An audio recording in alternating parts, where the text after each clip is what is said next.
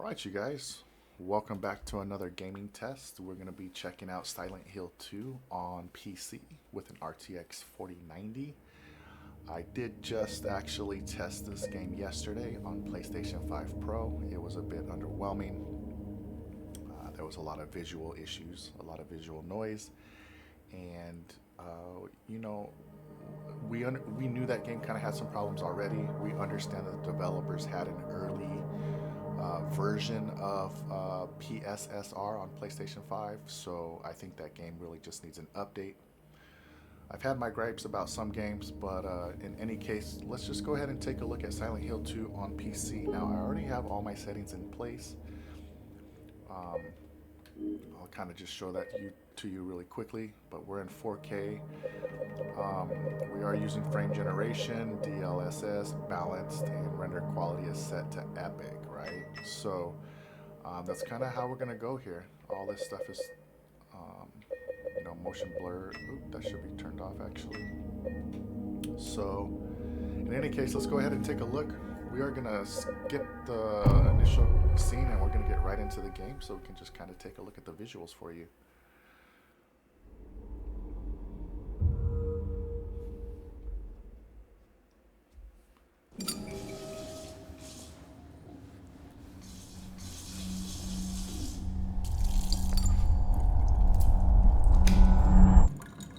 Alright, we're gonna go ahead and skip this. We're gonna get right into the game. Alright. So, as it stands now, we're getting roughly about 115 frames, 110 frames. But let's look at the water because that was the main complaint. And you can see with the ray tracing on, this looks insanely good. Insanely good.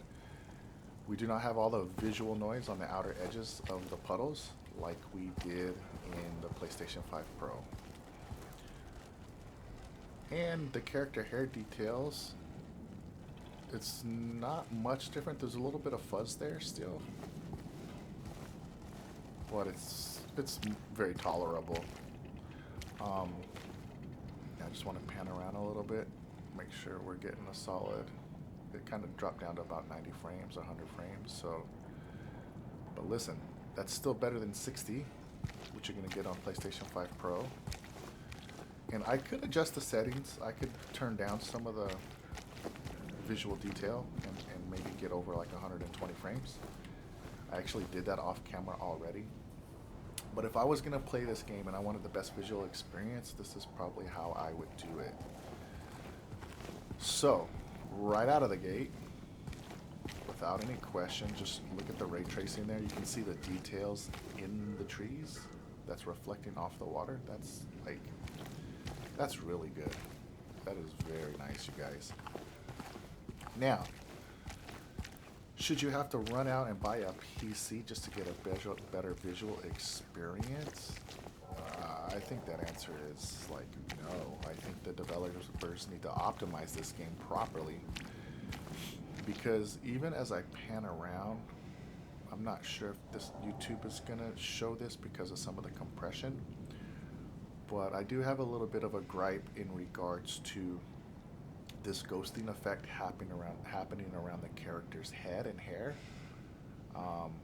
This was something I was talked extensively about when I reviewed Star Wars Outlaws with Kate's hair out in the open world on the initial planet that she lands on in the weeds. So, but it's not as bad as it was on that game on PlayStation. So, believe it or not, I'm actually gonna fire up that game here next after I'm done here, and we're gonna take a look at that game on PC.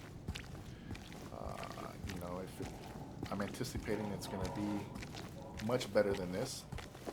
It's received a few updates, and I haven't been on that game on PC since those updates have come into play. I've been doing a lot of other testing and stuff like that, but without question, you guys, this is way playable. See, that little ghosting effect happens when you kind of are panning with the controller, the right thumbstick, to its fullest, is where you see some of that ghosting effect. So I want to take a moment just to kind of talk about the idea that PSSR is to blame on the PlayStation 5 Pro. That is absolutely very untrue, right? We know the developers had an early version of PSSR, and I think that's what they published. But this is DLSS, you guys, on a 4090, and we've got this ghosting effect happening around the character, even around the coat and the jacket. If you look really closely, we're seeing a little bit of that ghosting effect there as well, in addition to the character's head and hair. So I'm not so quick to blame PSSR in the context of the PlayStation 5 Pro. I think the developers are to blame. They need to take a closer look at these things and figure out a way to kind of, fix those visual bugs, because that's what they are. They're just visual bugs. The game, in its entirety, it runs and plays just fine. The audio is good. The mechanics, the controlling of the character, all that stuff is really, really good. So, Silent Hill 2 looks fantastic on PC. I know a couple of people that have been asking me to do a run-through on this game, so as it stands today, based on the 2 platform tests that I did, I'm probably going to play this game on PC, if I'm being honest with you.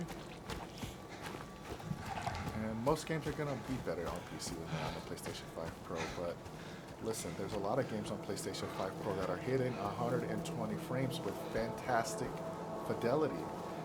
And that should not be frowned upon. That is like exactly where gaming needs to be on any platform. If you're playing on an Xbox Series X, your games should run 4K 120, okay? Like in the modern age of gaming, that's where we should be. Like technology is insane, you guys. Like we've got all this AI modeling happening in video games. It's taking over in the tech world with our smartphones and all of our smart appliances, and without question video games should be at that point as it stands today. I mean, if we can build a telescope, a Hubble telescope that can identify other galaxies and planets and black holes and all that stuff, listen, it's not too much to ask for a video game to display at 4K 120, okay? So I know I'm going on a little bit of a rant here. Forgive me, this is just an initial impressions test right here on PC. See, I can see that ghosting effect here still. And this is with the RTX 4090. This is the best graphics card that money can buy, you guys. So it's not always the hardware or the software. A lot of times it's the back end with the developers and the game, okay? So we got to be real careful about where we start to, put the blame here. Anyways, we'll save it here, and we're gonna keep this video kind of short, actually. Current game, Yep. So, anyways, you guys, we hope you enjoyed the initial impressions video. It's like someone's groping around my skull. When you're standing still looking at this character model, it looks fantastic. The detail in the hair is really good, and you got to remember we're in balanced mode on the graphics. Okay, so we can go to quality here for a second, and we do get a frame drop down to about 90 frames.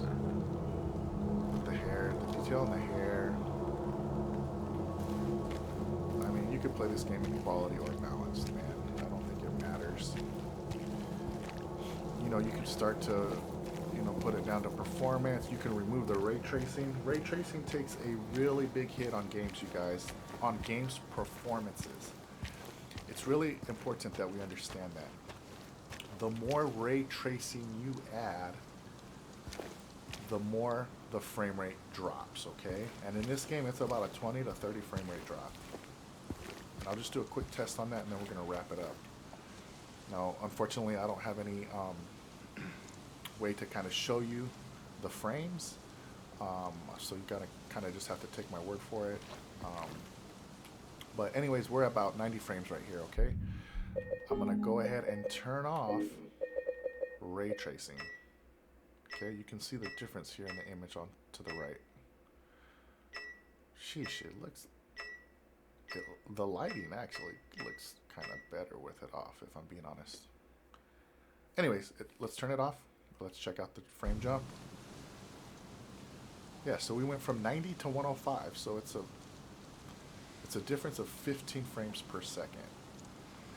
For me, ray tracing is not something I have to have when I'm playing video games. This is subjective. It is my personal opinion.